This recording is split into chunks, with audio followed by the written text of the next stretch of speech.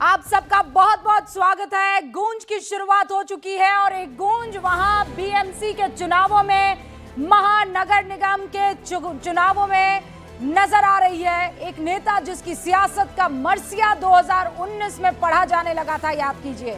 वो नेता कुर्सी पर ना बैठे, उसके लिए विरोधी विरोध में उतर आए थे और इसीलिए उसके वो विरोधी भी एक हो गए थे, जिनके साथ आने की कल्पना कोई कर ही नहीं सकता था। जब उसके खिलाफ हर तरफ से आवाज उठ रही थी, तब उसको एक और नेता का साथ मिला। दूसरा वाला काबिल था, लेकिन उसका सरनेम सियासी रसूख वाला नहीं था, इसीलिए उसकी काबिलियत पर ठाकरे सरनेम भारी पड़ रहा था। और जब दोनों ने हाथ मिलाया, विरोधी चारों खाने चित हो गए। ये साल 2022 था और जो चेहरा मुख्यमंत्री बना वो था एकनाथ शिंदे, जो मुख्यमंत्री बनने के बाद फिर से उप मुख्यमंत्री बनने को तैयार भी हो गए। उस शख्स का नाम देवेंद्र फडणवीस। और इन दोनों की जोड़ी ने ऐसा कमाल दिखाया कि मराठावाड़ में शरद पवार का तिलिस्म टूट गया, मुंबई में ठाकरे ब्रांड तिनके की तरह बिखर गया, विदर्भ कांग्रेस के हाथ से फिसलता हुआ सबको नजर आ रहा है। और ये एक बार नहीं हुआ, महज 14 महीने में दूसरी बार ये कमाल हो चला है। पहली बार ये जोड़ी महाराष्ट्र विधानसभा में दिग्गजों को मात देकर आगे बढ़ी। दूसरी बार आज जब नतीजे सामने आए हैं, वो भी निकाय चुनावों के, तो फिर से देवेंद्र और एकनाथ की जोड़ी विपक्ष के लिए मुश्किल का सबब बन गई है। महाराष्ट्र चुनाव के 29 महानगर पालिका के नतीजे आ रहे हैं, एक के बाद एक। 26 महानगर पालिकाओं पर बीजेपी और शिवसेना ने कब्जा जमा लिया है और बीएमसी में बीजेपी ने इतिहास रच दिया है। पहली बार बीजेपी का मेयर बनना तय माना जा रहा है। 25 साल से एक छत्र राज करने वाला ठाकरे परिवार बीएमसी में विपक्ष में अब बैठने को मजबूर हो गया है। मुंबई की जनता ने बीजेपी को केंद्र, राज्य और अब महानगर पालिका में भी सत्ता की चाबी जो है वो सौंप दी है। दूसरी तरफ जो बजट के लिहाज से महाराष्ट्र का दूसरा सबसे बड़ा महानगर पालिका का इलाका है पिंपरी चिंचवाड़, वहां पर बीजेपी ने पवार परिवार का गढ़ भेद दिया है। पुणे, नागपुर, नासिक, अमरावती में बीजेपी ने अपनी सत्ता बरकरार रखी है। एकनाथ शिंदे ने कल्याण और ठाणे में सबसे बड़ी पार्टी बनकर यह बता और जता दिया है कि असली शिवसेना एकनाथ शिंदे के पास है और अब इसमें कोई किंतु परंतु नहीं है। आज इसी पर बहस करने के लिए कि अब क्या पूर्ण विराम लग चुका है इस बात पर कि ठाकरे की असली जो जिसे कहते हैं ना कि उस कसम को उस पूरे के पूरे लाइन और लेंथ को ले जाने वाला कौन है। बीजेपी शिवसेना की इस जीत की वजह क्या रही? क्यों उद्धव ठाकरे और राज ठाकरे की जोड़ी भी मुंबई में बीजेपी शिवसेना को हरा नहीं पाई? क्यों नागपुर और पिंपरी चिंचवाड़ जैसे गढ़ में पवार परिवार बीजेपी के सामने टिक नहीं पाया? इसका जवाब है जेन जी, महिला और विकास का ऐसा मेल जो बीजेपी शिंदे की जीत का फॉर्मूला तैयार कर चुका है। और इसीलिए बीजेपी चुनावी नतीजों के बीच पहली कॉन्फ्रेंस में जेन जी को याद करना नहीं भूलती है। क्या कहा सुधांशु त्रिवेदी ने, जल्दी से सुनिए। हम इसके द्वारा कह सकते हैं कि जेन जी ने ये वीबी के पक्ष में मतदान दिया है। वीबी मतलब विकसित भारत। विकसित भारत के जिस मार्ग पर भारत आगे बढ़ रहा है प्रधानमंत्री जी के नेतृत्व में, और श्री देवेंद्र फडणवीस जी महाराष्ट्र में उसका नेतृत्व कर रहे हैं, मुझे लगता है कि जेन जी ने उस दिशा में। दरअसल बीजेपी जेन जी का जिक्र करके बार बार विपक्ष के जख्मों को कुरेद रही है, क्योंकि याद कीजिए 18 सितंबर 2025 की तारीख जब राहुल गांधी ने जेन जी से भारत के संविधान को बचाने की अपील की थी, मत भूलिएगा वो लाइन। लेकिन उसके बाद पहले बिहार और अब महाराष्ट्र महानगर पालिका चुनाव के नतीजे बता रहे हैं कि जेन जी को संविधान खतरे में लग ही नहीं रहा। इन नतीजों के जरिए मानो जेन जी ने यह संदेश देने की कोशिश की है कि उसकी लड़ाई विकसित भारत के लिए है और वो आज सही पक्ष में खड़ा है। और जिस दिशा में भारत बढ़ रहा है, वो उस नेतृत्व के साथ कंधे से कंधा मिलाकर खड़ा है। और जब हम ये कह रहे हैं तो उसके पीछे आधार है, हवा में बात नहीं कह रहे।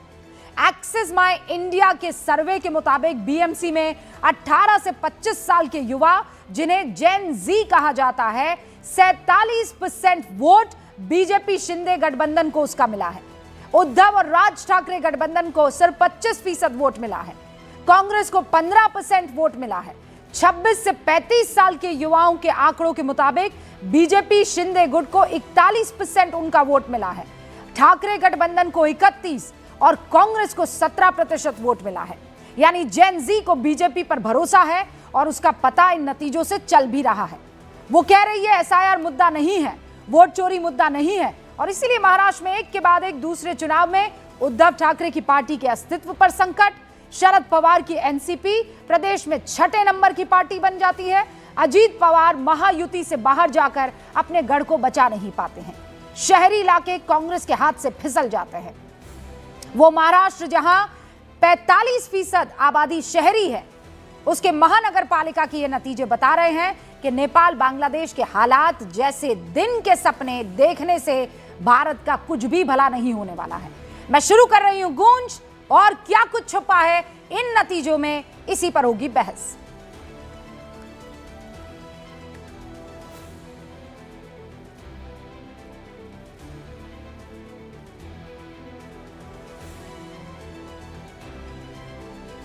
और इसीलिए हमारे साथ जो खास मेहमान जुड़ चुके हैं उनसे आपका तारुफ करवा देना चाहती हूँ। यहाँ स्टूडियो में हमारे साथ 3 मेहमान जुड़े हुए हैं। बिल्कुल मेरे बगल में अनुराग बैठे हुए हैं। अनुराग जी बहुत बहुत स्वागत है, समाजवादी पार्टी के राष्ट्रीय प्रवक्ता हैं।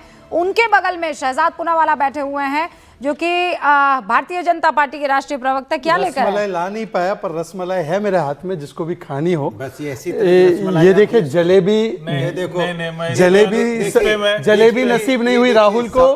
अन्ना मलाई जी रसमलाई, सुनिए ऐसा है, सुनिए असली रसमलाई जनता को मिलेगी। मैं एक बार तारुफ करवा दूं आपका, तारुफ करवा। रसमलाई तो खिला रहे, खा लीजिए ना, कौन सा जहर खिला रहे हैं आपको? किताबी पेपर में बनी करे, देखो बनी है, खाओ। हर्षवर्धन त्रिपाठी सीनियर जर्नलिस्ट हमारे साथ जुड़ चुके हैं। असली रसमलाई जनता को मिलेगी और हमको बहुत गर्व है कि रसमलाई हम पूरे जनता को खिलाएंगे। ऑलराइट, तहसीन पूनावाला कांग्रेस समर्थक हमारे साथ जुड़ चुके हैं। एनसीपी अजीत पवार गुट से राष्ट्रीय प्रवक्ता बृजमोहन श्रीवास्तव अभी दिखाई नहीं दे रहे, कुछ ही देर में जुड़ेंगे। शिवसेना शिंदे गुट से राष्ट्रीय प्रवक्ता सुसीबेन शाह हमारे साथ कुछ ही देर में जुड़ेगी। आप सभी का बहुत बहुत स्वागत है। शुरुआत शहजाद पूनावाला आपसे, भाई बधाई हो, ये फोन वाली रसमलाई सही, लेकिन चलिए खिला दी आपने। देखिए ऐसा है कि मुंबई में और मुंबई के अलावा अगर आप देखेंगे महाराष्ट्र के हर हिस्से में, वेस्टर्न महाराष्ट्र में क्लीन स्वीप है। पुणे, पीसीएमसी, कोल्हापुर, सांगली, सोलापुर। विदर्भ में क्लीन स्वीप है, नागपुर, अमरावती, अकोला, चंद्रपुर। फिर उसके बाद मराठवाड़ा में भी क्लीन स्वीप है, छत्रपति संभाजीनगर, नांदेड़, जलना, परभणी, जलगांव, धुले, मालेगांव, अहिल्यानगर, यहाँ तक कि इचलकरंजी, यहाँ सब जगह हम लोग जीते हैं। 26-27 हम लोग जीत जाएंगे महायुति की तरफ से। बीएमसी में भी अगर आप देखेंगे तो हमें जितना पिछली बार मिला था 2017 में, उससे ज्यादा बीजेपी को मिल रहा है। मैं आ रहा हूँ, उस पर भी आ रहा हूँ। और बीजेपी को अकेले पूरे उनके अलायंस से ज्यादा मिल रहा है। अब जहां तक राहुल गांधी का सवाल है, तो राहुल गांधी जी को अभी अखिलेश जी ने एक अच्छी सलाह दी है कि कांग्रेस पार्टी बीजेपी से कुछ सीखे। ये जब चुनाव हारते हैं तब ये इलेक्शन कमीशन को, ईवीएम को, एसआईआर को और अब इंक चोरी को कल से लोग माहौल बनाना शुरू कर दिया था।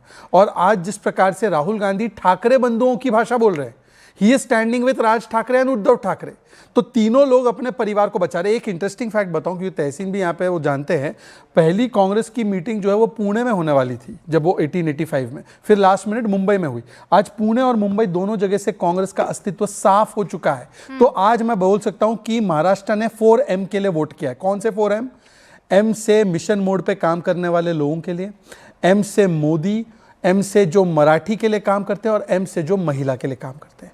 हम मराठी, महिला, मुंबई के लिए, पूरे महाराष्ट्र के लिए, चाहे वो मराठी हो अमराठी हो, सबके लिए हम काम करते हैं। इसलिए हमें वोट दिया है मिशन और विजन के लिए। और जो डिवीजन करते हैं, हाँ। जो उत्तर भारतीय को गाली देते हैं, जो साउथ इंडियन को गाली देते हैं, उनको रिजेक्ट कर दिया है। आज इनको जवाब देना चाहिए राहुल गांधी को कि ऐसे लोगों के साथ आपने हाथ मिलाया था। तो आज आप भी, आपके लिए तो आपको पता है राहुल गांधी ने समाजवादी पार्टी से हाथ नहीं मिलाया, परंतु उन लोगों से हाथ मिलाया जो गालियां देते उत्तर भारतीयों को। सवाल ये है कि उत्तर भारतीयों को जब गाली दी जाती है तो भारतीय जनता पार्टी भी वहां पे चुप बैठ जाती है। कब भारतीय जनता पार्टी ने खुलकर उत्तर भारतीयों का साथ दिया है? बिल्कुल। जब उत्तर भारतीयों के साथ अन्याय हुआ है, बिल्कुल कुछ नहीं किया आपने। मीरा हम लोग भाईंदर में हम चिल्लाते रहे, जीते हैं। नहीं, आपकी सरकार है वहां पे, और आपकी सरकार में जिस तरह से उत्तर भारतीयों को पीटा गया था किसी से छुपा हुआ नहीं है।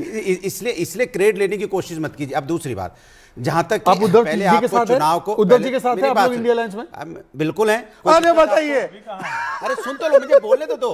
देखिए, हम आपके बीच में आपको पूरा बोलने दिया ना, इसलिए आप मुझे अरे सुनने दो ना मेरी। अरे फिर अब मैं बोल लूं, तब मैं अभी बोला ही पूरा, आपने आधे में समझ गया। अच्छा, अभी और है। देखिए, सवाल ये है कि जब ये लोग पहले आप जीते हैं, सबसे पहले आपको बधाई। मुझे पूरा विश्वास था जीतने के बाद आप कोई मिठाई उठाई खिलाएंगे, लेकिन वही भारतीय जनता पार्टी वाला चरित्र, सपना दिखाना। ये देखो यहाँ बनी हुई रसमलाई, इसको खिला देंगे, और जो मिलेगी कि नहीं मिलेगी जनता को, वो तो अब मुंबई की जनता समझेगी। अब दूसरी बात है, अखिलेश जी क्या कह रहे हैं? अनुराग भदौरिया, उस पे आइए ना, क्या काहे समा बांध रहे हैं आप भी? तो रसमलाई की तरह जो है उसमें जलेबी तैरे बना रहे, चले जा जलेबी तैरना बहुत जरूरी है, तैरे क्योंकि चले जा रहे हैं मलाई में। राजनीति के खेल में सुनिए, राजनीति एक समुद्र की तरह है। उसके खेल में कोई गोता लगाता है, कोई तैर जाता है, लेकिन अरे लहरें बदलती भैया, रहती सुनिए, हैं। अरे लहरें बदलती रहती हैं। नहीं, लहरें बदलती रहती हैं। अरिस्टोटल आज बाद में सत्ता बनिएगा किसी आप। की है, कल सत्ता किसी की है, तो कोई अरिस्टोटल बड़े बाद में बनिएगा। हाँ। अब आप मुझे पहले ये बताइए कि क्या कहा है अखिलेश जी ने? देखिए- शब्दशः बताइए, अखिलेश जी ने क्या कहा है इन चुनावों में जीत के बाद? देखिए, जैसे ही मैं आपके स्टूडियो में घुसा, वैसे ही खबर चली। क्या? अरे वही तो मैं आपसे पूछने वाला हूं कि अभी उनका बयान मैंने देखा नहीं, सुना नहीं। मैं आपके स्टूडियो के अंदर रास्ते से आ रहा था, सुन तो लो। और उनका बयान, उसमें माथा पकड़ने की जरूरत नहीं है, क्योंकि अरे हम प्रभु अभी आपके, मैं सीधा आपके अंदर आया, आपके स्टूडियो के अंदर, और मुझे अभी वही उनका मैं खोजने जा रहा था कि उन्होंने अभी क्या इस पे अपना रिएक्शन दिया है। उस रिएक्शन को जैसे ही मैं घुसा, बोले उनका रिएक्शन आया है। मैंने कहा कि राष्ट्रीय अध्यक्ष जी, जब हमारे समाजवादी पार्टी के राष्ट्रीय अध्यक्ष जी जब कुछ बोलते हैं, तो हम लोग पूरी तरह से उसको समझने की कोशिश करते हैं, क्योंकि मैं जितना जानता हूं, उन्होंने बोला कि भारतीय जनता पार्टी पेशेवर की तरह एक साथ मिलकर चुनाव लड़ती अच्छा, है। नहीं, आप मत पढ़िए भाई, अखिलेश जी का बयान चलाइए। अनुराग जी बिजी थे, नहीं सुन पाए अखिलेश जी का बयान, सुनाइए जल्दी से। वो पॉलिटिकल पार्टी नहीं है, वो पॉलिटिकली प्रोफेशनली रन करते हैं अपने आप को। तो ये नए तरह की चीजें हैं, प्रोफेशनल पॉलिटिक्स करती है बीजेपी प्रोफेशनल गिनती करके, डेटा पे एक एक बिंदी बैठा करके तब फैसला लेते हैं। इसलिए जिसको हराना है बीजेपी को, उसको उसी तरीके से तैयारी करनी पड़ेगी।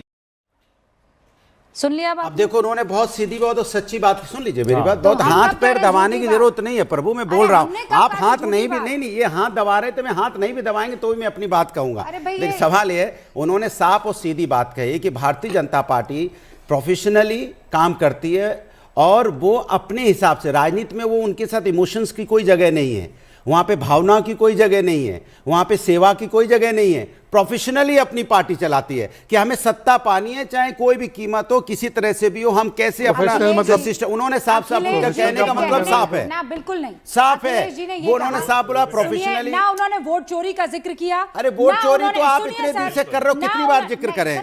मैं SIR में हम 50 बार बोल चुके हैं। अनुराग जी, सुन लीजिए, प्लीज गंभीरता से बात हो रही है। अच्छी बात है, आप तारीफ कर रहे हैं, अनुराग जी सुनिए, अच्छी बात है। अनुराग जी एक समझदार लीडर है अखिलेश जी, और ये हर कोई जानता है। प्रवक्ता कैसे हो उस पर मैं बात नहीं करूंगी, लेकिन अखिलेश जी ये कह रहे हैं कि बहुत डिटेल्ड एनालिसिस होता है नामों का, आंकड़ों का, नंबर्स का, बहुत प्रोफेशनली वो चुनाव लड़ते हैं, हमें इनसे सीखना होगा, नहीं सीखे तो मुश्किल हो जाएगा। बोला है कि उनसे सीखना होगा कि किस तरह से वो चुनाव लड़ते हैं, मतलब उनका चुनाव लड़ने का जो तरीका है, वो हम लोग जो चुनाव लड़ते हैं भावनाओं से, इमोशन से, जनता की सेवा से, वो चुनाव लड़ते हैं आंकड़ों से। हमें सत्ता बनानी, कैसे बनानी, किस तरह से बनानी है, सत्ता पानी है। उनके अंदर भावनाओं की कोई जगह नहीं, वही कहना चाहिए, उन्हीं से सीखना पड़ेगा, क्योंकि उसी तरह की राजनीति अगर हम लोग करेंगे तभी हम सत्ता से भारतीय जनता पार्टी को हटा पाएंगे, उन्हीं के रास्ते पे चल के। तो भारतीय जनता पार्टी का रास्ता क्या आप जानते ही हो कि 2 महीने पहले SIR कर देते हैं, कैसे वो नोटबंदी कर देते हैं, कैसे वो लॉकडाउन लगा देते हैं, तो यही तो उनका रास्ता है। अखिलेश जी के साथ अन्याय ना किया जाए, अखिलेश जी के भी हमारे साथ यहाँ पर जुड़ चुके हैं। लेकिन पहले हर्षवर्धन जी, आपने अखिलेश जी को सुन लिया, और अभी यहाँ पर भी चुनाव होने वाले हैं। जिस तरीके से भारतीय जनता पार्टी इन लोकल बॉडीज के चुनावों में बिहेव कर रही है, ठीक वैसा ही वो विधानसभा हो जाए या फिर लोकसभा हो जाए। प्रोफेशनलिज्म तो है, ये तो मानना पड़ेगा। नहीं माने वोट चोरी करते रहे, लिस्ट से नाम गायब करते रहे, तो ये जीतते चले जाएंगे और ये सिर्फ और सिर्फ एक्सक्यूजेस बनाते चले जाएंगे। देखिए रूबिका जी, सबसे पहले तो ये कि आज मैं दोबारा कहूँ, इसके पहले जब SIR का फॉर्म भर रहे थे ना अखिलेश जी, तब भी मैंने कहा था कि ये काम राहुल गांधी को भी करना चाहिए। ठीक है, राजनीतिक तौर पर अखिलेश यादव चाहे जो कहते रहें, लेकिन उनको भी पता है कि SIR एक बहुत अच्छी प्रक्रिया है और उसमें सबको शामिल होना पड़ेगा। अखिलेश यादव ने वो वीडियो डाला था। आज जो उन्होंने कहा, ये बात और गंभीरता से सुननी चाहिए। वो कह रहे हैं कि भारतीय जनता पार्टी एक प्रोफेशनल पार्टी की तरह काम करती है, पॉलिटिकल प्रोफेशनल पार्टी। प्रोफेशनल किसको कहा जाता है? कोई जो अच्छा काम कर रहा होता है उसको कहते हैं बड़ा प्रोफेशनल तरीके से करता है, और जो सब गड़बड़ कर देता है कहता है अनप्रोफेशनल आदमी, यार इसके साथ ना कारोबार कर सकते हैं, ना नौकरी कर सकते हैं, ना काम धंधा कर सकते हैं। तो प्रोफेशनल अनप्रोफेशनल का फर्क ये होता है, नंबर एक। दूसरा उन्होंने क्या कहा, डेटा पर काम करती है, जहां उसको जिस तरह की रणनीति बनानी होती है वो करती है। तो भाई ये तो बड़ी स्वाभाविक सी बात है।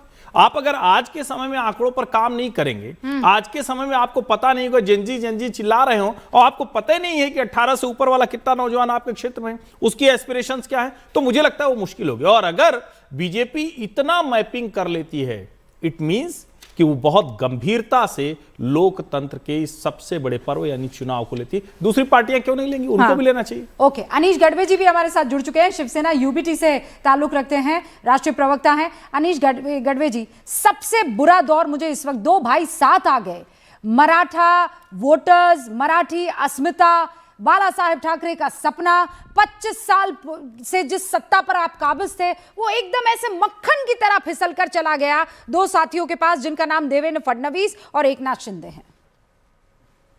देखिए, आप इस चुनाव को किस तरह से लेते हैं हमें नहीं पता, लेकिन आज हमें जो आंकड़े हमें जो जीत मिली है, हम इसको अभी भी हार नहीं कहेंगे। देखिए, 70 का आंकड़ा आप जो देख रहे हो, ऊपर से मनसे के MNS के 10 सीटें हैं, कम से कम 80 के ऊपर से 15 कांग्रेस पार्टी के हैं, और जो अपक्ष चुन के आए हैं उनमें भी 3 से 4 पुरस्कृत उम्मीदवार हैं। आप बीच में बात ना करें, जो भी बीच में बात कर रहा है उनसे बात करिए। और शाहजाद जी, आपकी आदत बहुत अच्छी है। अरे भाई, हार में तो विनम्र हो जाओ। अपनी आदत अपने पास रखिए शहजाद जी। हार में तो विनम्र हो जाओ। रखिए, मियां, हार में तो विनम्र होते हैं। जरूरत नहीं है। अरे शहजाद भाई, आपसे विनम्रता सीखने की जरूरत नहीं है। हम शिवसेना वाले, नहीं, आपकी यही दुर्दशा इसीलिए हुई है। अरे छोड़िए, अरे छोड़िए, आप इन सब में मत आइए। राहुल से भी ज्यादा डिलूलू में है।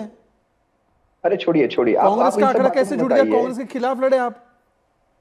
कोई तर्क होना चाहिए, लॉजिक होना चाहिए ना बात में। के खिलाफ मतलब लड़ने कोई भी बात वाले, आपकी कर देंगे। लड़ने वाले, अरे MIM के खिलाफ लड़ने वाले। और सुनिए, आप बोलते हैं कि भाई एक तरफ तो कि भाई वोट चोरी हो गया, दूसरी तरफ बोले हम जीत रहे हैं। मैं किसकी बात मानूं हर्षवर्धन जी? ये सुबह दांत घसे बिना ये आ गए संजय राउत, वोट चोरी हो गया। राहुल गांधी जी ने भी आज ट्वीट डाल दिया, बिना टूथपेस्ट डाले अपने मुंह में, और फिर बोलते हैं कि हम जीत गए। किसकी बात मानना है रूबिका जी? आप जरा शांत रहिए। अरे कमला भाई, आप जरा शांत रहिए। पूनावाला जी, थोड़ा शांत रहिए। अनीश भाई, ये क्या बात हुई? ये पर्सनल अटैक कैसे कर सकते हैं? वो उनके पास बचा ही कुछ नहीं है। आप कीजिए मुझ पे पर्सनल अटैक, पर आपके पास कुछ नहीं है बचा। आप जब मॉर्निंग के ब्रश की जो अगर बात निकालेंगे ना, मॉर्निंग के ब्रश की, तो ये पर्सनल अटैक ही है। अरे भाई, अच्छा चलिए, ब्रश करके उन्होंने रहने वाले पूनावाला जी एक सेकंड, दूसरों पे पत्थर नहीं फेंका करते। पूनावाला जी, मेरा मुद्दा मुझे कंप्लीट करने दीजिए। आपकी आदत बहुत अच्छी है, मुझे अच्छे से पता है। लेकिन यहाँ पर आप पर्सनल अटैक नहीं करेंगे। I am very very serious about this. मैं आपको पर्सनली भी जानती हूँ, आप इस तरीके की भाषा का इस्तेमाल नहीं करेंगे, ठीक है? मैं बहुत क्लियर नहीं पता रूबिका जी, मैं बहुत क्लियर हूँ। मैं बहुत clear, I am also very clear. बहुत क्लियर हूँ। आप कड़वी से कड़वी बात कर सकते हैं, मैं आपको नहीं रोकूंगी, नहीं टोकूंगी, लेकिन मर्यादा को आप क्रॉस नहीं करेंगे। ये एक सीधा उसूल है गूंज का। एग्जैक्टली मैं वही बात कहना चाहता हूँ। आप सुनिए, कमला बाई का मतलब है भारतीय जनता पार्टी का जो सिंबल है, जो कमल है, बाला साहब जी उसको कमलाबाई कहते हैं। शायद ये शहजाद पूनावाला जी को शायद पता नहीं है। जिसको हिंदी में आप कमलाबाई बोलिए या कमलाबाई, बाला साहेब जिनके खिलाफ, सोनिया गांधी के खिलाफ जो बातें कहते थे, उनके साथ आप चले गए। याद दिलाने की मुझे जरूरत है। वही कांग्रेस थी, जब वही कांग्रेस थी, तो याद रहती है, लेकिन जो सोनिया के साथ चले गए, वो किस तरह के शब्दों का इस्तेमाल था? क्या बोले? मैं सुनाना चाहती हूँ। आज आप बाला साहेब की बात, क्या बोला था बाला साहेब? सुनिए, मैं सुनाता हूँ, क्योंकि इनकी याददाश्त कमजोर होगी। सुनिए। कारण काँग्रेस पक्षामध्ये एवढे हिजडे होते, इतके आता चावायचे तरी कोणाला? कांग्रेस पक्ष जिसको आपने कहा कि उसमें इतने हिजड़े हैं, अब बोल रहे वो 10 आपके साथ होंगे। तो हमें कमलाबाई बोल दीजिए, कमल का मखौल उड़ाइए, विष्णु जी के कमल का मखौल उड़ाइए, लक्ष्मी जी के कमल का मखौल उड़ाइए, ये आपकी संस्कृति। आप तो सोनिया सेना वैसे बन गए। पर देखिए अखिलेश जी ने आज बहुत महत्वपूर्ण बात की है। एक वाक्य सिर्फ कहना चाहूंगा अखिलेश जी पर, उन्होंने राहुल गांधी के वोट चोरी के आरोपों को पूरी तरह खारिज कर दिया है और उस पर इनके पास जवाब नहीं है। अच्छा, मैं लौट के मुद्दे पर आती हूँ, बात खत्म कीजिए एक सेकंड। अनीश भाई please tell me one thing, जब दो भाई साथ आ गए तो तब तो वो 25 साल की सत्ता को और स्ट्रांगली पकड़ के रखना चाहिए था ना। आप इसमें मॉरल विक्ट्री कहां ढूंढ रहे हैं अनीश जी, कहां ढूंढ रहे हैं मॉरल विक्ट्री? देखिए, मॉरल विक्ट्री की बात नहीं। आज जिस तरीके से इलेक्शन लड़े जा रहे हैं उस तरीके को आप देखिए। आज मैं खुद थाने से हूँ, मेरे थाने में मेरे 6 कैंडिडेट्स को उठा के लेके गए। मैं ये क्लियर ऑन कैमरा बोलता हूँ। प्रभाग क्रमांक वार्ड क्रमांक 5, वार्ड क्रमांक 18, वार्ड क्रमांक 19, मैं नाम तक कैंडिडेट्स के बता सकता हूँ। उठाने वालों को इनके पता है, उठा के लेके जाते हैं, पुलिस के प्रोटेक्शन में लेके जाते हैं। और आपका जो एप्लीकेशन होता है वो रिटर्न लेने के लिए क्या क्या नहीं किया जाता है, ये मैं ऑन कैमरा लाइव बोलता हूँ। मेरे दो कैंडिडेट के एप्लीकेशन रिजेक्ट किस लिए किए जाते हैं? वार्ड क्रमांक 5 दिनेश जाबर आदिवासी कैंडिडेट था, उसका रात 5 बजे एप्लीकेशन रिजेक्ट किया जाता है ये कह के कि आपका एफिडेविट गलत है, जबकि सही एफिडेविट उनके सामने उनके टेबल पे कब से पड़ा हुआ है। कोड गए? पूछो कोड गए? सुनिए, कोड गए क्या? आप सुनिए, कोड गए क्या? पहले तो देखो ऐसा है, आपका नाम जो भी है थोड़ा मर्यादा में रहकर बात कीजिए। आपके संजय राउत को भी उनकी हैसियत दिखा दी है, उद्धव ठाकरे जी भी कहां खड़े वो देख लिया उन्होंने। ये धमकी वाली भाषा हमसे मत करना, समझ ना, ये धमकी वाली भाषा नहीं चलेगी। ये महाराष्ट्र है, महाराष्ट्र में ऐसी धमकी वाला भाषा नहीं चलेगी। ये धमकी वाली भाषा बोलनी है, इस्लामाबाद निकलो, जाओ इस्लामाबाद निकलो। भाई वो उनके, अरे ये क्या बात हुई, उनको कहा इस्लामाबाद इस्लामाबाद की ही पार्टी बन चुकी है, इस्लामाबाद में जाके राजनीति वो भी इतना ही सिटीजन है जितने आप हैं। उत्तर भारतीयों को क्या बोलते हैं, दक्षिण भारतीयों को क्या बोलते हैं? अरे छोड़िए, अरे पीछे पड़े, आप अपने बारे में सोचो। सरकार आपकी है और दक्षिण भारतीय जीते हारे की बात नहीं है। रूबिका जी अनीश भाई रुकिए एक सेकंड। राहुल लोढ़े जी भी हमारे साथ जुड़े हुए हैं।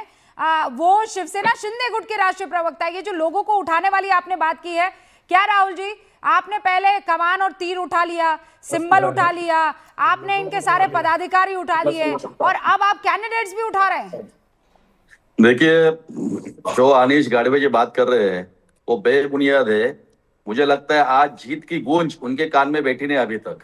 और जिन्होंने आरोप लगाया, मैं भी थाने में ही रहता हूँ, मैं थाने में बड़ा हूँ। अनीश गाड़वे कहाँ रहते उनको पूछिए, ये थाने के बाहर रहते हैं। और जिस कैंडिडेट के ऊपर उन्होंने आरोप लगाया उस कैंडिडेट ने मीडिया के सामने आके बयान दिया कि मेरी मर्जी के साथ में गया हूँ, मैं अगर जाना चाहता तो चुप के जाता था, काली कांच के गाड़ी में जाता था, आधी रात में जाता था। ये सच क्या है, झूठ क्या है, एंट्री करके अंदर आए। मतलब इनके पास उम्मीदवार नहीं है, इनके पास एबी फॉर्म सुबह तक इन्होंने उद्धव ठाकरे गुट ने एबी फॉर्म रखे थे कि उनको उम्मीदवार नहीं मिल रहे थे कि बाबा क्योंकि हमें उम्मीदवार लेके जाने थे, इसको उम्मीदवारी दो, उसको उम्मीदवारी दो। आज थाना में इनकी क्या हैसियत है ये थाने का जनता, मुंबई की जनता ने दिखा दिया है। थाने में सिर्फ एक ही उम्मीदवार इनका चुन के आया है। ताकत बोल रहे थे ना कि राज ठाकरे उद्धव ठाकरे थाने में आए, बड़ी चुन के आए, ये भी जरा बताइए। थाना में वन साइड खिलाफ चुन के आए, महायुति की सत्ता ही है, मुंबई में महायुति की सत्ता ही है। मतलब इन्होंने जो इमोशनल पॉलिटिक्स मुंबई में या थाने में करने की कोशिश की, लेकिन मुंबई के और थाने के जनता ने और महाराष्ट्र की जनता ने डेवलपमेंट को एक्सेप्ट किया है। आप तो ओरिजिनल शिवसेना हो। की जो युति थी, देखिए शिवसेना भारतीय जनता पार्टी कौन ओरिजिनल है और कौन नकली, आज तो डिसाइड हो गया होगा ना कौन ओरिजिनल शिवसेना हो। ये डेवलपमेंट की युति है और उद्धव ठाकरे और राज ठाकरे की युति सेटलमेंट की युति है। जो मुंबई का सेटलमेंट की बातें कौन कर रहा है? नकारा है। उल्टा चोर कोतवाल को डांटे। राजनीति नहीं चाहिए, अरे छोड़िए चाहिए। एकनाथ शिंदे साहब और देवेंद्र फडणवीस ने पूरे महाराष्ट्र को दिखा दिया है। देखिए आप ठीक है, 2 और मेहमान, उसके बाद मैं डिबेट ओपन कर लूंगी। सर आप ये कह रहे हैं कि आपने जीत हासिल की। निखिल जैन तुसी किथे हो? स्टूडियो में। आवाज नहीं आ रहा, आवाज। रूबिका जी, ये सवाल आपको शायद लोकतंत्र से पूछना चाहिए। लोकतंत्र कितने है? कितनी वीडियोस आ गई जहां पर लोगों ने मिटा मिटा के अपनी उंगली की इंक दिखाई है, और ये कोई रैंडम ट्रोलर्स की वीडियोस नहीं है। इंडिया टुडे के महाराष्ट्र ब्यूरो के जो एंकर हैं, उनकी तक अंगूठे पे जो इंक थी वो मिट गई। कितनी वीडियोस आ गई, लोग कह रहे हैं हमें सूची पत्र कुछ और दिया गया है, कुछ और। रुकिए निखिल भाई, आप समझदार आदमी हैं। अच्छा, इंक मिट गई, इस पर हम लोग चर्चा कर सकते हैं कि भैया ये परमानेंट इंक होनी चाहिए थी, ये मिटनी नहीं चाहिए थी। पर जिस साहब की आप बात कर रहे हैं, वो दोबारा क्या वोट डालने गए, और वोट डालने गए तो वो बीजेपी और शिंदे गुट को डालने गए हैं, इसीलिए वो जीत गए हैं। इसका क्या आपके पास प्रूफ है? रूबिका जी, हर चीज का क्या प्रूफ है? ये अब रेखा गुप्ता जैसे मुझे तर्क तो देने आते नहीं कि कुछ हुआ होगा तो उसका वीडियो प्रमाण भी होगा। आपके दर्शक नहीं, आपके दर्शक, आप अपनी रेखा बड़ी कीजिए ना, आप क्या दूसरों की रेखा छोटी करने पर सोचते रहते हैं? आपके दर्शक समझ रहे हैं मैं किस वाक्य का जिक्र कर रहा हूँ। मैं करना नहीं चाहता, कर नहीं सकता, क्लीन नेशनल टेलीविजन पे नहीं बोल सकता जो दिल्ली मुख्यमंत्री खुलेआम ट्विटर पे बोल देती है। आप कह रहे हैं कि इंक जो है वो मिट जाती है, ठीक है।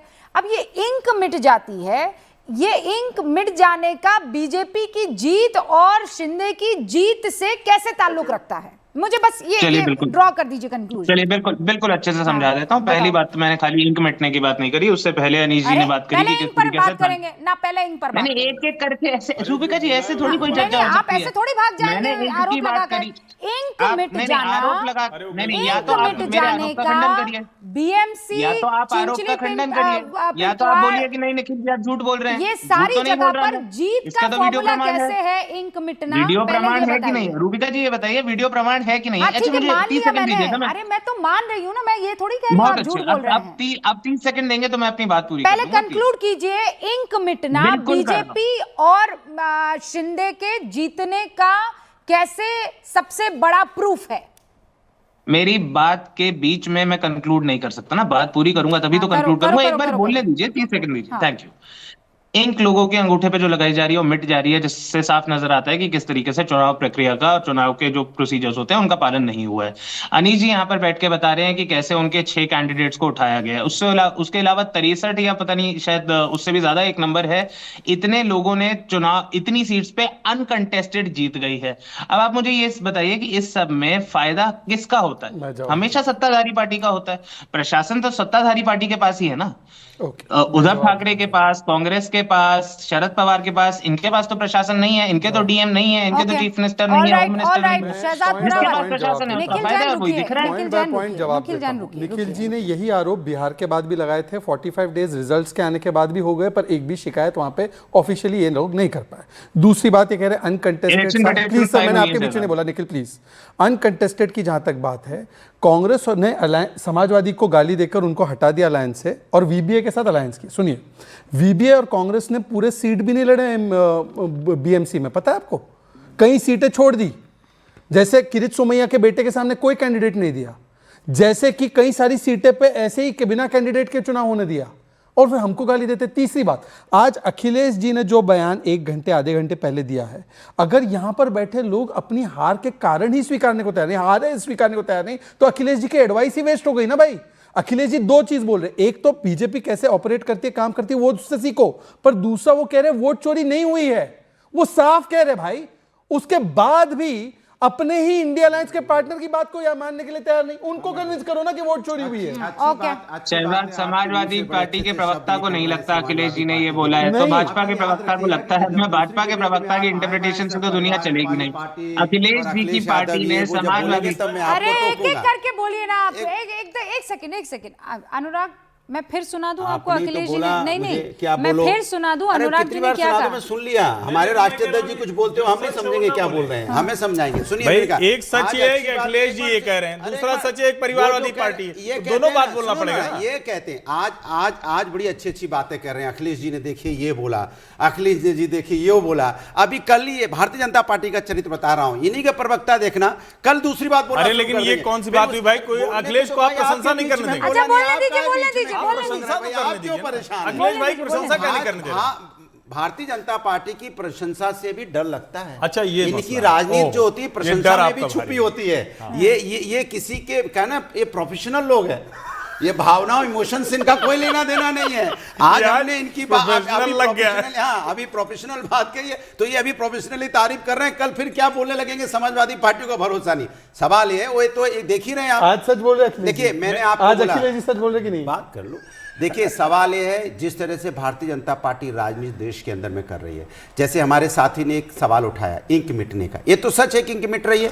अब ये डबलिंग वोट हुई नहीं हुई अलग बात है, लेकिन प्रक्रिया जो हुई है वो तो गलत है। अनुराग भाई आप भी मुझे, मानोगे ना, अब एक चीज बता दीजिए, मैं आपसे भी पूछ रही हूँ, निखिल से भी पूछ रही हूँ, आप दोनों बस इतना बता दो कि इंक मिट जाने का महायुति के जीतने से क्या कनेक्शन? जवाब दे रहा हूं। हाँ। सवाल जीतने हारने का नहीं है, सवाल नैतिकता। अब बोलने तो दीजिए, सवाल नैतिकता का है कि अगर एक परमानेंट एक लगनी चाहिए, इसके मतलब कहीं ऐसा तो नहीं कि सत्ता का दुरुपयोग हो रहा हो, ऐसा तो नहीं है, ये अंदेशा लगाया जा सकता है। हमने उत्तर प्रदेश के अंदर कुंदरकी का चुनाव देखा था, किस तरह से कुंदरकी के चुनाव में तंत्र का इस्तेमाल हुआ था, ये किसी छुपा हुआ नहीं। आप चीखने लगे, मैं आराम से बात कर रही हूँ, आराम से। मैं फिर आपसे पूछ रही हूँ, इंक मिट्टी हमने भी देखा, इंक मिट्टी है, इसको आप झुटला नहीं सकते हैं। वो वीडियो सब जगह वायरल हुआ है, आपके खास लोग यूट्यूब पर आकर चीखे मार रहे थे, सही बात है।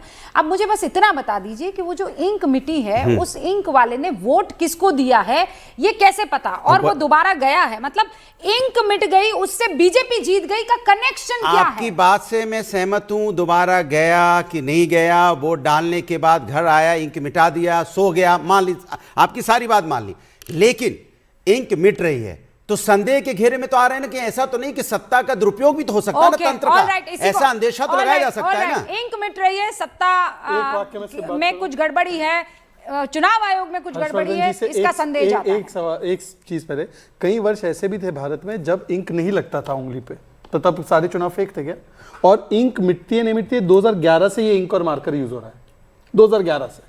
अगर किसी ने मिटाया है लैब ग्रेड केमिकल यूज करके, वो ऑफेंस है, उसके ऊपर कार्रवाई होगी। पर मैं पूछना चाहता हूं अनुराग जी से, क्या आज अखिलेश जी इंट्रोस्पेक्ट करने के लिए कांग्रेस को कह रहे हैं, वो झूठ बोल रहे हैं क्या? आप तो एक बार कभी मान लो उनकी बात। देखिए हमने आपको समाजवादी पार्टी का सीधा सा मानना है, और समाजवादी पार्टी के राष्ट्रीय अध्यक्ष ने भी सीधी सीधी बात कही है। भारतीय जनता पार्टी जीती है, इसमें कोई दो राय नहीं है। भारतीय जनता पार्टी प्रोफेशनली काम करती है, इसमें कोई दो राय नहीं है। भारतीय जनता पार्टी के पास, और वो भी दूसरी बात सुन लो, ताली पे आनी सुनो, और भारतीय जनता पार्टी जिस तरह की राजनीति देश के अंदर में कर रही है, ये मैं कह रहा हूं, जिस तरह की राजनीति भारतीय जनता पार्टी देश के अंदर में कर रही है, ये सिर्फ और सिर्फ सत्ता पाने की राजनीति करती है, उसे जनता से आपका मॉरल साइंस सर्टिफिकेट नहीं चाहिए, जनता से कोई लेना देना नहीं। एग्री नहीं करते हैं, समझ में नहीं आ रहा है कि आप क्या किसी और काम के लिए करते हैं क्या? समाजवादी मेरे लिए जनता प्रथम है, मेरे लिए राष्ट्र प्रथम है, जनता के लिए कुछ करने के लिए कैसे रोजगार के लिए प्रथम है, महिला समस्या उसकी सुरक्षा प्रथम है, सत्ता चाहिए ना। नहीं और आप देखिए सब कह रहे हैं चीज है, और आप इतनी अच्छी बात बोल रहे हैं, आपकी विंडो के नीचे वाले नहीं सुन रहे। काम करना दोनों में फर्क है। हम सेवा भाव के लिए राजनीति करते हैं, सेवा भाव भी जनता तय करेगी ना, जनता में सत्ता देगी, लेकिन सत्ता के लिए हम यहाँ पे कोई भी हथकंडे अपनाएंगे ये नहीं चलेगा, ये नहीं होना चाहिए। 5 साल अखिलेश जी रहे, हाँ रहे, बिल्कुल। काहे नहीं जनता ने दिया, इसका मतलब मान गए नहीं सेवा नहीं कर रहे थे। मेरी बात सुनिए, इसका मतलब सेवा नहीं कर रहे थे ना। हम जनता अगर हमें नहीं दिया, मान लिया आपकी बात, तो लेकिन हमने अपनी राजनीति नहीं बदली, हमने अपनी राजनीति नहीं बदली, राजनीति विकास की कर रहे, तब भी कर रहे थे, आज भी कर रहे, राजनीति में परिवर्तन नहीं आया हमारे, राजनीति विकास की हो रही है तब भी और आज भी। हम नफरत की राजनीति नहीं पैदा करते, ना समाज के अंदर नफरत की बात करते हैं, एकता की बात करते हैं, एकता के साथ देश को आगे बढ़ाने की बात करते हैं, राष्ट्र निर्माण की बात करते हैं। हम कोई एक व्यक्ति विशेष और एक पार्टी निर्माण। अनुराग जी रुकिए, एक तो समाजवादी पार्टी को यहाँ पर बुलाया है इसलिए नहीं कि महाराष्ट्र पर ज्ञान दे, ठीक है, इसलिए बुलाया है क्योंकि बस आने वाले चुनाव है वहां पर उत्तर प्रदेश में, और दूसरा अखिलेश जी ने एक बहुत बड़ा बयान दिया, ठीक है। लेकिन रूबिका जी एक लाइन, अब सिक्का खड़ा कैसे होगा? एक तरफ तो गिरेगा, एक है कांग्रेस के साथ चुनाव लड़ना और एक है कांग्रेस के बिना चुनाव लड़ना। अब सिक्का खड़ा तो होगा नहीं, सिक्का तो एक तरफ जाएगा, तो कौन सी तरफ जाएंगे? हम लोग हमेशा से देखो, एक चीज, हम भारतीय जनता पार्टी नहीं है पार्टनर, क्या मतलब से साथी होते हैं। अगर साथी हमारा कोई मुसीबत में होगा तब भी हम हाथ पकड़ के रखेंगे, क्योंकि हम हिंदुस्तानी संस्कृति संस्कार को हम तो डूबे सनम, तुम्हें भी ले डूबेंगे। राजनीति में नहीं, हम 2024 में हम जीते हैं, ऐसा नहीं है रूबिका जी। 43 सीटें आई हैं, 3-4 और आ जाती तो हम सत्ता में मैं आपके लिए बोल ही नहीं रही थी, आपको क्यों इतना परेशान? आपने कम नहीं, हम तो डूबे सनम, तुम्हें भी ले डूबेंगे। अब ये आप ढूंढते रहिए इसका क्या मतलब है। लेकिन राहुल जी भी हमारे साथ यहाँ पर मौजूद है। राहुल जी, अभी भी आपने सुना ना अनीश जी ने क्या कहा? अनीश जी ने कहा अरे हम हैं शिव सैनिक, हमें पता है। मतलब शिव सैनिक वाली लड़ाई मुझे लगा था इन चुनावों के बाद डी एंड हो जाएगा, अभी वो बंद नहीं हुआ है मेरे ख्याल से। देखिए रूबिका जी, एक सवाल करना चाहता हूँ। अभी इस बहस में मैं और अनीश गाडवे दोनों मतदार है मुंबई और थाना के, तो मैंने वोट दिया है। मेरी इस उंगली पे अभी भी इंक है। अनीश जी आपकी उंगली पे है, शो कीजिए जरा, दिखाइए, है ना? मतलब आप जो आरोप लगा रहे हैं कि इंक पोंछने का काम, शाही पोंछने का मुंबई थाने में हुआ, अरे आप तो शिवसेना उद्धव ठाकरे गुट के प्रवक्ता है, आपके उंगली में भी निशान है, अभी भी मेरे भी है। तो ये आरोप बेबुनियाद है और इंक के मुद्दे पे आप लिंक के बाहर जा रहे हैं। मुझे एक कहावत है, असंवैधानिक शब्द है, मुझे पता नहीं, लेकिन गिरे तो भी टांग ऊपर, ऐसी सिचुएशन महाराष्ट्र थाने में चल रही है मुंबई में। एक्सेप्ट कीजिए कि जो जीता वही सिकंदर। ओके अनीश जी जवाब दीजिए राहुल जी को।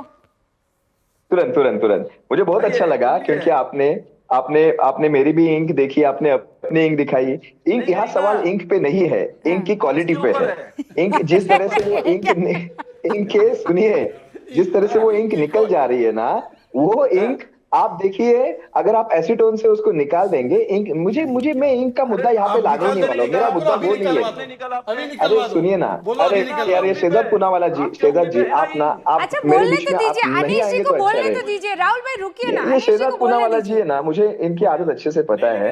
इनको जब भी मैं बात करने आऊंगा पता है, इनको पता है, गुस्सा आ जाते हैं। इनको पता है मैं ऐसा कुछ बोलूंगा कि इनके ऊपर आने वाला है। हाँ, शेजद अनीश जी जी बोले, आप अगले 30 सेकंड शांत रहिए, मैं 30 सेकंड पे अपनी बात रखता हूँ। सुनिए, शांत रहेंगे, सब शांत रहेंगे। देखिए अभी आपके सवाल पे मैं जवाब देता हूँ रूबिका जी। आपने ये सवाल पूछा कि ये इंक मिटना और अपोजिशन मतलब या फिर इनका सत्ताधारियों का जीतना, इनमें क्या कनेक्शन है, आपने ये सवाल पूछा। ये उतनी ही बात सच है जितना 66 जो बिन विरोध जो चुन के आए हैं, उनका इनको फायदा मिला कि नहीं मिला, क्योंकि उनमें एक भी सीट ना शिवसेना यूबीटी की थी, ना एमएनएस की थी, ना एनसीपी शरद पवार जी के गुट की थी। एक भी सीट ऐसा क्या था कि सारे बिन विरोध इनको ही मिले, हमें तो एक भी नहीं मिला? ऐसा तो नहीं होता है, बिन विरोध तो सब जगह के आनी चाहिए। सुनिए अब आगे अभी इनकी बात हुई है ना, निर्विरोध। अरे एक कैंडिडेट है, एक कैंडिडेट उसके साथ कोई अपोजिशन ही खड़ा नहीं हुआ। अभी सुनिए, वो भी आप थोड़ी इन्फॉर्मेशन निकाल लीजिए, आपको मिल जाएगा उसका भी पूरा इन्फॉर्मेशन। वो भी मुंबई के आसपास का नहीं है वो। अभी सुनिए, यहाँ पे मेरी खुद की वाइफ का वोट बोगस हुआ है। अब मैं क्या बोलूं, मेरी खुद की वाइफ का वोट बोगस हुआ। अभी ये तो मैं झूठ नहीं बोल सकता ना, मेरी खुद की वाइफ का वोट बोगस हुआ और उसके खिलाफ मैं क्या कोर्ट में जाऊंगा? अगर मैं कोर्ट में गया तो क्या मेरी वाइफ का वो वोट कंसिडर करेंगे? अरे कोई आके गया, उसका नाम डाल के गया और हमें पूछा जाता है, मेरी वाइफ को पूछा जाता है आपका आईडी दिखाओ। अरे ये बोगस वाले को पूछना चाहिए था। और मैं ये भी बताता हूँ कहाँ पे ये हुआ। मेरी वाइफ का राहुल जी को अच्छे से पता है मेरी वाइफ का वोटिंग कहाँ पे होगा, कोबरी भाजपा खड़ी में, लोकमान्य नगर एरिया है। राहुल जी को अच्छे से पता है वो। बोगस वोटिंग होगी आपकी वाइफ के नाम पर। देखिए, एक तो रूबिका जी मैं फिर से डिबेट पे ये बोलना चाहता हूँ कि आप बाकी सबको तो कन्विंस करना, अदालत और जनमत को कन्विंस करना छोड़ दीजिए, आपके संगत वालों को नहीं कर पा रहे। दूसरी बात, आपकी वाइफ का क्या, अगर किसी का भी गलत वोट किया गया है, उस सीट का आप काउंटरमांड करने के लिए पेटिशन डाल सकते हैं। आप क्या कर रहे हैं, ताली बजा रहे क्या? जाओ पेटिशन डालो ना। बिहार से लेकर अभी तक ताली बजा रहे थे, बिहार में भी बहुत वोट फेक हो गए, हम लोग के साथ चोरी हो गई, सब कुछ बोल दिया। अब क्यों बौखला रहे हैं भाई? अनीश जी सुनने की भी आदत डाल दो, सुनने की भी आदत डाल दो, सुनने की आदत नहीं है। अच्छा शहजाद जी आपके टाइम पे चुप रहे ना, अब उनको बोलने दीजिए। आखिरी बात देखो रूबिका जी, एक मेन चीज जिस पर मुझे लगता है हर्षवर्धन जी भी बोलना चाहेंगे, अल्टीमेटली ठाकरे, बाला साहेब ठाकरे जी की जो लेगेसी, ये लाइव तस्वीरें आ रही है शहजाद, उसी पे फडणवीस जी पहुंच रहे हैं। बीजेपी दफ्तर की तस्वीरें आपको दिखा देना चाहती हूँ। बड़ा यहाँ पर ये देखिए, ये पहली तस्वीर आ चुकी है, देवेंद्र फडणवीस पहुंच चुके हैं भारतीय जनता पार्टी के दफ्तर। एक बड़े जश्न की तैयारी हो रही है। बकायदा न्यूज़ 18 इंडिया को इंटरव्यू में उन्होंने कहा था कि इस बार हमारी जीत पक्की है और ये छोटी मोटी जीत नहीं होगी।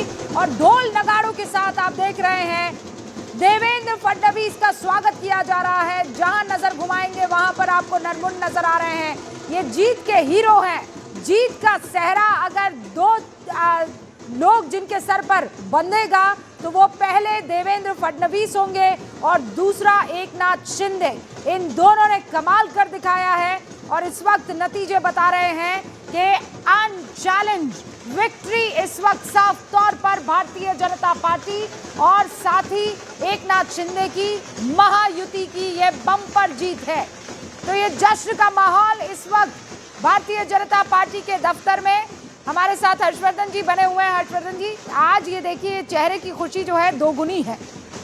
निश्चित तौर पर। और देखिए ये कई बार हम कहते हैं ना कि चुनाव जीत गए, विधानसभा की इतनी बड़ी जीत, लेकिन बीएमसी का मेयर भारतीय जनता पार्टी का होगा, ये वो कल्पना है। और जिसमें हम कई बार कहते हैं ना कि अटल जी ने मुंबई के अधिवेशन में ही कहा था कि अंधेरा छटेगा, कमल खिलेगा। वो कमल खिलना पूरे देश में हो गया, लेकिन बीएमसी में नहीं हो पाया था। और अब बीएमसी का मेयर जब भारतीय जनता पार्टी का देवा भाऊ के नेतृत्व में बन रहा है, तो निश्चित तौर पर यह कमाल का काम हुआ। और वो भी हम लोगों ने देखा कि उन्होंने मुंबई बीजेपी के अध्यक्ष और महाराष्ट्र के अध्यक्ष अमित साटम और रविंद्र चौहान के दोनों से बात की।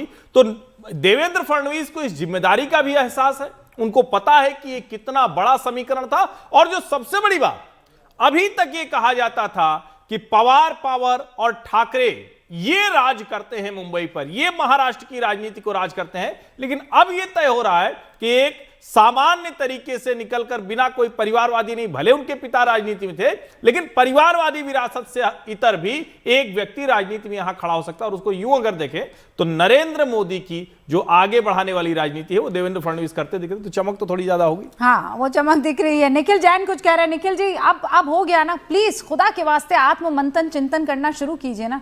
कब तक ये इंक मिट गई, वोट चोरी हो गया, वो जेंजी कर रहे थे, वो जेंजी का सारा वोट लेकर चले गए ये बीजेपी वाले और एकनाथ शिंदे की पार्टी वाले। रूबिका जी, देखिए, मैं कभी भी ये बोलने से नहीं कतराता कि कांग्रेस का संगठन अच्छे रूप में नहीं है। कांग्रेस ढंग से चुनाव नहीं लड़ती। कांग्रेस को बेहतर तरीके से चुनाव लड़ना चाहिए। बीजेपी का संगठन बहुत मजबूत है और बीजेपी बहुत अच्छे से चुनाव लड़ती है। मुझे इसमें कोई द्वेष नहीं है बोलने में, पर उसके साथ साथ अगर लोकतंत्र पे इस तरीके से प्रहार हो रहा है कि सत्तारूढ़ दल जो है वो शासन प्रशासन का इस तरीके से मिसयूज करे, इस तरीके से कि आप कैंडिडेट्स को उठवा लो, आप इलेक्शन कमीशन के साथ सेटिंग कर लो, आप बोगस वोट्स डलवा लो, आप इंडेलिबल इंक डलवा लो, फिर उस पर सवाल तो उठाने पड़ेंगे ना रूबिका जी। और इतने भारी शब्दों का इस्तेमाल मत कीजिए। जो बेसिकली सेइंग के किडनैप कर दिया गया है ना। प्लीज सर, एक हेडलाइन नहीं चलेगी, अरे हर्षवर्धन जी, एक हेडलाइन नहीं चलेगी, 4 कैंडिडेट किडनैप कर दिए जाएंगे। और मुश्किल यही है कि नेशनल टेलीविजन पर बैठकर एक बात मिली और निखिल उसको ऐसे मुंह खोल कर देखकर बात करने लगते हैं जैसे वो सच हो। अरे भाई, तुरंत उनके सामने अभी राजेश जी जो उनके शिवसेना के एकनाथ शिंदे के, वो कह रहे हैं ना कि ये झूठ है, तो आप एक को मान लेंगे, एक को नहीं मानेंगे। अगर कोई प्रमाण होता तो अनीश प्रमाण देकर जाते और ये कह देना कि प्रत्याशी उठा लिया, लोग उठा लिया, कम से कम ये बोलने से बचना चाहिए। इसका मतलब आप ये कह रहे हैं कि बीएमसी और टीएमसी यानी मुंबई और ठाणे में शिवसेना, उद्धव बाला साहब ठाकरे और राज ठाकरे की इतनी भी हैसियत नहीं रही कि एकनाथ शिंदे के लोग उनको उठा लेते हैं। आप ये कह रहे हैं कि राज ठाकरे और उद्धव ठाकरे की संयुक्त हैसियत इतनी भी नहीं बची। से चलेगा, संस्थानों से निखिल, चलेगा। आप उनकी रही सही साख भी समाप्त कर रहे हैं। निखिल जी, आप बड़े-बड़े आरोप रही सही साख भी समाप्त कर रहे हैं। पहले अनीश ने समाप्त की, अब आप समाप्त कर रहे हैं। राजेश लोंडे तो खुश हो रहे हैं, उनको लग रहा है इससे अच्छा क्या है। करना चाहते हैं आप? सिर्फ ये बात करनी है कि राहुल 25 में से 25 जीत रहे हैं। राहुल सॉरी, कैसे जीत रही है वो आप देख ही नहीं रहे। नहीं, कैसे अभी आप कह रहे हैं कि इनका संगठन मजबूत है, ये बहुत मजबूती से लड़ाई लड़ते हैं। तो इसका मतलब ये थोड़ी है सारे चुनाव ये जीत जाएंगे। अरे ये क्या बात हुई? आप कह रहे हैं मजबूत का मतलब ये थोड़ी कि सारे चुनाव। अरे भाई, मजबूत ही चुनाव जीतता है। ऑपोजिशन वीक है। कैसे जीत गए आप? मैं कहता हूं कि विपक्ष वीक है। निखिल जैन लातूर कैसे जीत गए आप? कैसे जीत गए आप? मैं रूबिका जी, और क्या कह रहा हूं मैं कि संगठन एक पार्टी का दूसरी पार्टी से मजबूत है, इसका मतलब ये नहीं हो सकता कि जिसका संगठन मजबूत है वो सारे के सारे चुनाव जीत जाइए। वही बीजेपी वाली आर्गुमेंट है कि तेलंगाना आप जीत गए। नहीं, ये बिल्कुल बीजेपी वाली आर्गुमेंट दे रही है आप रूबिका जी की तेलंगाना जीत गए तो मध्य प्रदेश में कोई गड़बड़ नहीं हुई, राजस्थान में कोई गड़बड़ नहीं हुई, गुजरात में नहीं। नहीं, कोई आप लोग अपनी हार जीत तय करते हैं ना सर। छोटा सा बच्चा 4 साल का, वो भी कहेगा ये क्या है, इनसे तो किसी तरह की कोई बहस ही नहीं हो सकती है। भारत की क्रिकेट टीम बेहतरीन है, इसका मतलब ये है कि भारत की क्रिकेट टीम दुनिया का हर मैच जीतती है। कोई और दे तो आप उसे भाजपा का लॉजिक कह दे, ऐसे कैसे चलेगा भाई? आप लोग राजनीति में लगातार जनता की ही बुद्धि पर, विवेक पर सवाल खड़ा करने लगते हैं। राहुल जी, ये बताइए, 4 कैंडिडेट उठा लिए जाते हैं, ये शब्द एक बार नहीं, मेरे ही डिबेट में 3 बार इस शब्द का उपयोग हो गया। ये कहां उठा लिए गए हैं? किडनैप कर दिए जाते हैं और किसी को कानो कान खबर तक नहीं होती है। निखिल जैन और अनिल जी ये पूरे बेबुनियाद आरोप लगा रहे हैं। 4 और 5 या 4, 10 उम्मीदवार उठा लेते थे, एक भी उठा लेते थे, उनका परिवार पुलिस स्टेशन में जाके कंप्लेंट करता था, पुलिस के पास जाता था, आरोप लगाता था। और एक कैंडिडेट ने प्रेस कॉन्फ्रेंस लेके जाहिर किया कि मुझे किसी ने उठाया नहीं, मैं दिन दहाड़े दोपहर के 12 बजे गया, पुलिस एंट्री की और मिल के आया। मैं पहले ही बता रहा था कि घर में बैठ के इलेक्शन नीचा नहीं जाता। एकनाथ शिंदे साहब रहो, जिन्होंने मुंबई और थाना, आज भी वो 18 घंटे काम करते हैं, लोगों में जाते, लोगों की समस्या छुड़ाने का काम करते, लोगों को मदद करते, संगठन मौजूद करते। राज ठाकरे, उद्धव ठाकरे ने क्या किया? घर में बैठ के फेस टू फेस जाने के बजाय फेसबुक से लोगों के पास जाते। और महाराष्ट्र का उन्होंने एक नारा दिया था कि मुंबई से संयुक्त महाराष्ट्र, लेकिन महाराष्ट्र में घूमे नहीं। जो नगर पालिका के चुनाव है उधर गए नहीं, राज ठाकरे गए नहीं, उद्धव ठाकरे गए नहीं, लेकिन एकनाथ शिंदे साहब पूरे महाराष्ट्र में घूमे। आज भी 18 घंटे काम करते हैं, लोगों के पास जाते हैं, लोगों को मदद करते हैं। इसलिए मैं कहता हूं कि जो आरोप है ना, गिरे तो भी टांग ऊपर, ऐसा अनिश और निखिल जी का चल रहा है।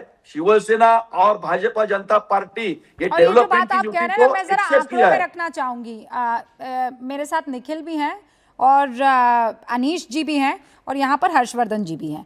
देवेंद्र फडणवीस ने टोटल कैंपेन मीटिंग्स और रैलीज जो की थी वो 37 थी। एकनाथ शिंदे टॉप कर रहे हैं चार्ट को, 25 पब्लिक मीटिंग्स, 29 रोड शो, कुल मिलाकर 54 ऐसे कार्यक्रम उन्होंने, 54 कार्यक्रम उन्होंने अटेंड किए हैं। अजीत पवार 25 यानी तीसरे नंबर पर। फिर आती है बारी उद्धव ठाकरे की, जॉइंट मीटिंग्स इन नासिक, थाने और मुंबई 3। राज ठाकरे ने जॉइंट मीटिंग्स इन नासिक, थाने, मुंबई 3। कांग्रेस 0, निखिल जैन।